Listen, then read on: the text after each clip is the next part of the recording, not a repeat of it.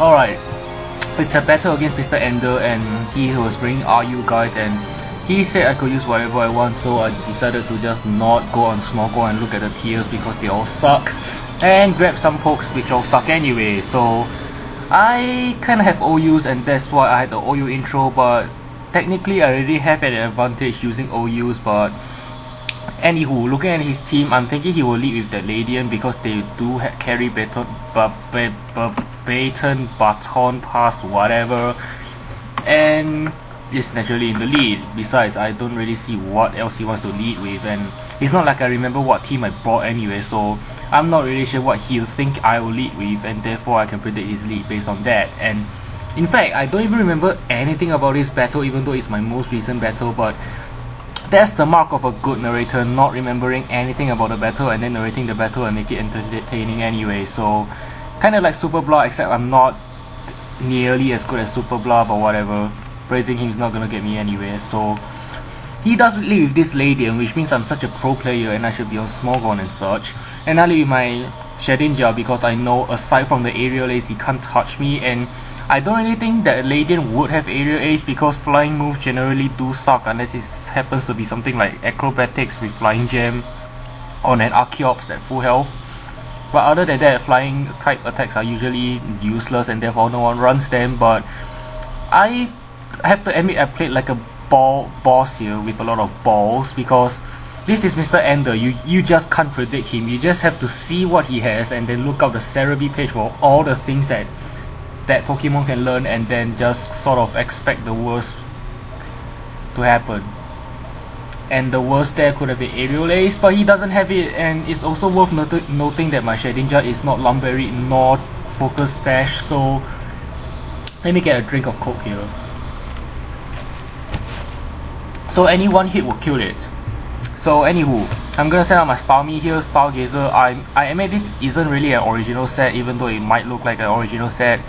I stole this from a trainer in the Battle Subway because it just kind of blew my mind into bits when I sent out my Sharpedo against it. Basically, it's a Cosmic Power, Recover, Reflect type Starmie with Scald, so you know it can actually do some damage. And of course it's Palpitoad. I'm not sure what for or why, but I'm just gonna go for another Cosmic Power anyway because, you know, it's just sort of the safe thing to do. But he goes for the Toxic and I'm like, marvelous. Why did I not see that coming? Because, you know, as I've said, with Mr. Ender, you just have to expect the worst. Just go on Cerebi, look at all the things that Pokemon can learn, and they just sort of expect the worst. So the worst right now would be, I don't know, Substitute. Hey look, ha.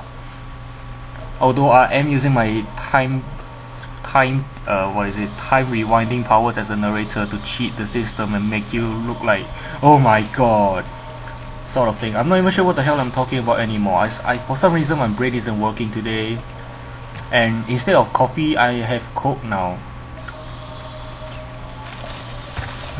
and Coke isn't gonna break the substitute because Coke is supposed to be served cold as it is now rather than hot.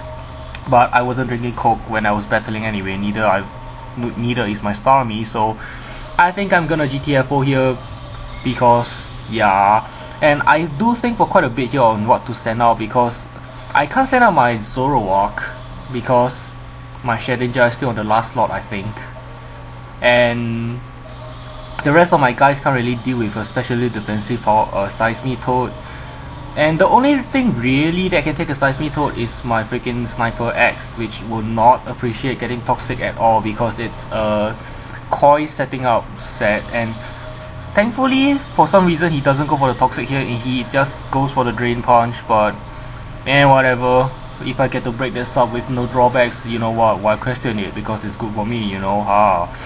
So he's gonna send out this Morwell, which, yeah, sort of counters my Superior. I mean, it doesn't really counter my Superior, but as things stand, with his Magmortar, this Superior isn't really going to be setting up or sweeping anything soon, so I Dragon Tail, predicting the switch or whatever, just, you know, just being anal in general. There wasn't really a huge deal of thought process in this game because I was just bringing a lot of low C Pokemon because that's generally what we do against Mr. Ender. because that's generally what he does as well. So battles with him generally don't require a lot of thought, but it's still a lot of fun anyway. But out comes this Tangela, and I'm not really sure what it can do aside from sleep powder, so I just sort of leave my superior in for the sleep powder. But he knocks off my leftovers, which kind of assures me that this superior will not be of any use anymore aside from that stupid Palpito. So I decide to just be a mean asshole and just leave it in to die. Maybe he'll overpredict, go for the Thunderbolt while I can mirror coat it off, but not the case. Bye bye superior. Do I look like I care? I look like I care, but I don't sound like I care. But out comes my Katanashi here, because I am sort of certain that he's choiced in some way, probably Scarf, even though that's the mainstream and MrAnder isn't really mainstream. But I'm just gonna go for the mean look anyway, because if he stays in, then wow, how stupid can he be? So I mean, how good would that be for me with -2 special attack? And if he's choice, he'll have to keep overheating until, yeah. So I mean, look at this thing, which probably would sleep powder me if this was mainstream, but this wasn't mainstream. So he goes for the reflect, and I'm like, ha ha ha ha, you fell for my trap beautifully, as I go for the encore. So now he's slower than me and stuck into a move that does nothing for him, and as soon as his encore ends, I can just encore him again so that he can just keep repeating it again. And this bit of the battle isn't really that interesting, because I'm essentially getting up to +3 with the bloody reflect, and I am going to go for the psycho card and kill it, hopefully. So unfortunately, as good as a narrator as I am, I don't really have anything to say. But his reflect does wear off quite at a convenient time, since he is without a reflect now, and he is still stuck on course. I mean, stuck on blah blah blah reflect, and my +6 freaking psycho card does half, and I'm like, what? I think Eviolite doubles your defense, but that's essentially +2 anyway, so that kind of means I have a +4 step psycho card, and it does like half. Just what the hell? Honestly, just what the hell? Tangela, oh my god. Yeah. So he sends out this thing, and I'm fairly certain that I can outspeed it bar the Scarf. So I'm just gonna go for another psycho card, and if he's Scarf, then well, hot damn. But hot damn, he's Scarf, and he's gonna overheat and he's gonna kill me in one shot, except not really, because this is a girlie, you know, and I like lying because that's cool, I think. But thanks to his bloody reflect, that kinda actually does something for him. My psycho card doesn't kill, and he's able to kill me off with a second overheat. Although if he's really smart now, he'd switch. Yes, go to something else to die, like that Ladian of no real use whatsoever, and then send out that freaking McMortar and then Thunderbolt me to death. Or overheat, you know, if you're gonna be really anal and such. So the reflect wears off now, which kinda means that I can sweep, but then again, he has a Choice Scarf McMortar running around, and provided his overheat hits, I can kill him. However, he sends out this Raichu, and I'm not really sure why he sent out that Raichu, but it doesn't really matter since he outsped me anyway and went for the Wild Charge. To be honest, I'd rather send out that McMortar and go for the Choice Scarf Thunderbolt, so you know, I wouldn't be taking recoil damage, but he takes recoil damage anyway, and my Katanashi dies after killing 2 guys. Much like he did in the previous, nah, he killed 3 pokes, I think. I don't know, I don't keep track, but I'm fairly certain that a Raichu can't touch my Shedinja, so I'm just gonna go for the Shadow Sneak, thinking that he might send out that McMortar to absorb a Will-O-Wisp, so I'm just gonna go for the Shadow Sneak and kill it off. But I was so close to going for the Will-O-Wisp, but you know what, so close doesn't mean I actually went for it, and I'd love to get a burn on this Seismitoad now, seeing that I don't have anything with Toxic on this team. So I'm just gonna go back to my Starmie here, because I don't want to send out my Zoroark, and thankfully his Toxic misses, which means I get 1 extra turn to go for the Scout and get the burn before he gets the substitute up, or he can sub up first and then try to Toxic me, but I don't know, he just straight out went for the Toxic, and my first Scout doesn't get the burn, which, you know, whatever. Or rather, that's my second Scout, wasn't it? Oh, the first Scout was against a substitute, wasn't it? Ha ha ha ha ha, I wasn't paying attention. So he does get a toxic off this turn, and I only have one more turn left to go for the scout before he goes for the substitute. Will I get the burn? Will I get the burn? Fuck yeah! No, I don't get it. And then he goes for the substitute, and I'm like, okay, I am in quite a shithole now, aren't I? So seeing that this Starmie let me down, he's can't even get through a freaking RU Pokemon, I decide to be a jackass and leave it in to die and hopefully break a substitute in the process, because you know this thing kinda sucks. So he's gonna go for the Earthquake. I'm thinking I can survive the poison after the leftovers, but you know what, this thing is so goddamn useless, it's gonna die. I don't even know why I gave a Master Ball to it, but I should reserve that Master Ball for Mewtwo if I ever play Ubers, because Mewtwo is the only Pokemon that is worthy of being caught in the Master Ball, not this goddamn Starmie that I stole off a Battle Subway guy, but you know what, whatever. So I'm gonna send out my Shedinja. Why did that name just sort of escape me there? I'm gonna go for a Shadow Sneak. Thankfully it actually breaks the sub, but he's gonna Toxic me, and that's gonna be at the end of my existence. Quite literally. Well, when I say my existence, I mean my existence. Tongue twisters, anyone? So I'm gonna send out my Glaceon here. It's not Grace Glace, it's sort of a gimmick Glaceon. It's, how do I even put it? It's a special wall Glaceon that isn't the Ice Body one. It's a Glaceon that I have since 4th gen. Whenever I send it out, god damn it, I think I take so long to think, even though this match was generally, you know, start process free, as I've already said.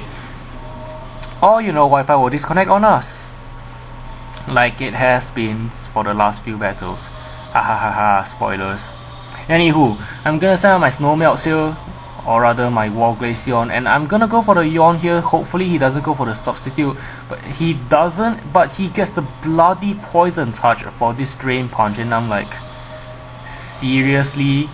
Oh, I remember why I was taking so long to think for, because my Zoroark can handle everything on his team bar that Scarf Magmortar, and my Glaceon can actually handle that Magmortar, as preposterous as it sounds, since I do have the Okaberry and the Miracle for his overheat. So it's sort of a matter of having the right thing out at the right time, and that's kind of hard knowing that he can switch, you know. So he's gonna send out this Morwell, and there wasn't really any more use for Glaceon here, because I'm not at high enough health to take an overheat from the Magmortar, so I just sort of leave it in, go for the Miracle if he Sucker Punches, and if he Fire moves, meh. So I do get some sort of damage on it, and here I'm sort of predicting the Fire Blast again, so I'm gonna go for the Yawn. Or rather, I was predicting the Sucker Punch, so that's why I went for the Yawn, but he shows that he is in fact Choice Specs, and he's gonna kill my Glaceon, which, yeah, whatever. That freaking Frostlass is probably gonna go apeshit right now all over the comment section about how Morwell killed my Glaceon, but whatever, I shall have my revenge. So yeah, stuff happens. Honestly, I am out of stuff to say, and I was predicting a Sucker Punch again, but I think here is where he tells me he Choice Specs. No, it was after the battle that he told me it was Choice Specs, because his MSN wasn't working, so he sent me a PM on YouTube, and